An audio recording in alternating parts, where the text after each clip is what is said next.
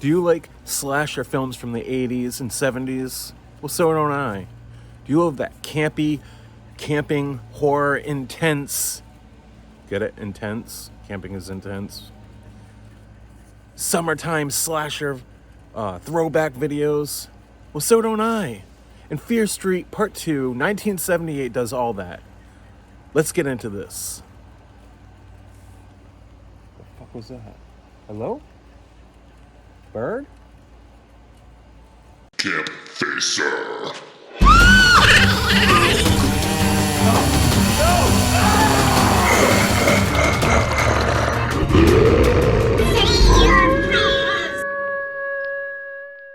What's going on, campers? Campfacer here. Before we get into today's video, I want to do a big shout out to my camp members for joining the channel and supporting the channel. I really appreciate it. If you're looking to become a member of this channel and help support, I will leave a link down in the description below. And all my members get member exclusive only videos unlocked. Every once in a while, I'll post a video that only the members get. It's a little special treat on the side for helping support my channel. I appreciate it. So let's get into this. Okay, so today we're gonna talk about Fear Street. It's a Netflix exclusive TV series divided up into 3 parts. Each part is about an hour and a half, give or take. And it's got, before I get even into this video, I'm not going to spoil too much, but there are going to be spoilers. So if you haven't seen it, I really recommend go back and watch it and then come back to my video. So you've been warned. There's going to be a couple spoilers here. We're going to talk about Fear Street Part 2 today, 1978 it's called. So without further ado, I'm going to go over some of my thoughts and kind of review the movie, or if you can call it a show or movie. It's a part 2. We're going to talk about it. So let's do this. Before we even dive into part 2, we're going to kind of talk about part 1 really quick to kind of refresh our minds here. Part 1 was really good to start. Then it got kind of weird with the whole witch thing. Like at first I thought it was going to be all based off a slasher because the beginning had the killer come in the mall, and it felt more like physical, real, but then it turned into like this weird exchange of bodies being possessed by the witch and them trying to figure out how to get rid of the curse. And although the kills and everything were great and brutal, it was fun, but it got a little bit it bounced around too much, and I kind of, if you weren't following it, you kind of thought to yourself, what is going on right now? What just happened? It went from this part to this part to this part to this part, and you're trying to piece it all together, and it bounced around too much. Halfway through the first one, I lost my focus on it. I didn't feel it as much, and then it kind of grouped back together near the end in the grocery mart, especially with that meat kill with the head. That was so sick. I didn't expect him to die, and I was like, oh, okay, this is kind of cool. That being said, my feelings were half and half with the first one. At the end of the first one, it showed a preview of the second part, and I'm like, wow, this second part, 1978, looks more like a Friday the 13th campy, because it's going back to 1978. I think it's going back to the origin of what happened to the first one. It's revisiting like how it all started. So that being said, when part 2 came out, 1978, I watched it last night, and it was from beginning to end. It didn't bounce around, and it was focused on basically the main, the kids at the campground, and it brought that whole campy vibe, that whole like Friday the 13th vibe, especially because here's an interesting fact. Most of the filming was shot at Camp Daniel Morgan, where Friday the 13th Part 6 was shot, in Atlanta, Georgia.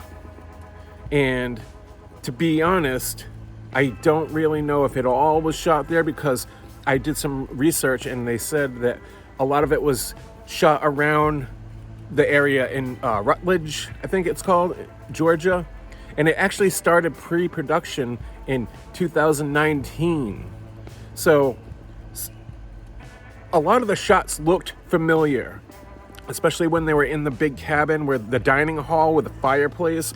That, I want to say, was the in Friday the 13th Part 6, where all the kids were sleeping when Jason leaned over the little girl and she was awake and the fireplace was kind of behind Jason, that was that hall replaced with picnic tables for them to eat. But in Part 6, it was like the sleeping cabin for the girls. Also, at the end of Fear Street 1978, when they were fighting the killer, the slasher, and he was going to hit what's-her-face over the head with the axe on the tiled floor, that tile matched up with some of the shots from Friday the 13th Part 6, where the kitchen was in the back, where they put the sack head over the slasher, which was also a kind of nod to Friday the 13th Part 2, the baghead Jason, or you can say sackhead Jason. I like where they were going with that.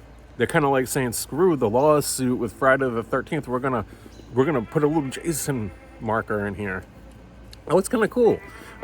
But anyways, the whole show was shut up, dog.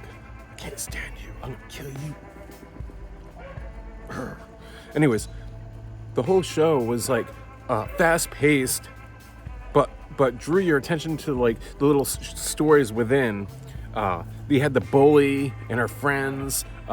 You had the whole trying to figure out what was possessing from the first film, the witch. They were trying to figure out that. They were trying to figure that out, and there was like the nurse. At first, you thought she was going after what's her name's boyfriend. I can't remember all their names. I'm just doing this review with like what I remember. She was going after her boyfriend with a knife, trying to kill him, and you thought like, oh, she was crazy, but then you find out later that it was because she knew that he was next in line to be possessed by the witch. And although it was campy and fun, it got kind of weird a little bit when they discovered that huge blob heart thing down in the caverns. Now, I don't know if that was actually the witch or the center of evil, where the witch is kind of bringing things to life, because at the very end they had the people climbing out of the vent that she brought from the heart. That I didn't understand too much. It was kind of weird. But what I did like about this was there was no holding back. If you like slashing, this was a slasher here. And you guys that play Friday the 13th, the game, that hate slashers, well, guess what? This is definitely a slasher film. I liked how the kills weren't premeditated. There weren't different kills, and it took a while to build up, and then the killer did something to somebody. No, there was none of that, which was great, because he would literally take his axe, run in after a kid, and just start slashing. And it wasn't just one hit and it was done. It was one hit to start, and then another, and it would show, not for the young kids, but for more the camp counselors, it would show hit after hit directly in the face until their heads split open. That was brutal. I loved that. That was great. I did notice a lot of the off-screen kills were the kids that were underage kids for real life, because they can't show that. It's kind of like too much. I don't think they would approve that in the film industry. Especially, they can't do it in video games, so I can't see them doing it in a real film or a Netflix TV show. So a lot of the kills that were off-screen were like the killer going after a young kid, and it'd show him swing, and then it would just show blood splat to the side, or the kid's hand like falling into frame with blood dripping off of it. But again, the killer didn't hold back. He went after everyone, and it was great. I loved it. Now, what doesn't look interesting to me is the next movie. It's going back to the 1600s, and it kind of loses my attention, just even the preview of it. I don't want to see old shit, I get it. They're going to try to go back further and try to show you how it all started, how the witch became the witch, but we already kind of know that. We're already experiencing that. I want to see either more modern or 80s. The 80s was back far enough for me. 70s, sorry, the 1978. That was far enough back for me. I don't want to go further back. So this next third part doesn't look all that interesting to me, even though I will watch it and I'll share my thoughts on it.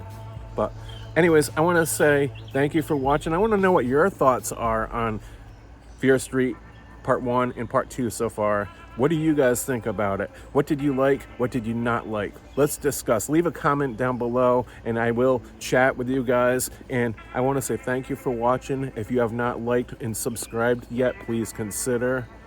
And as always, campers, stay out of the woods.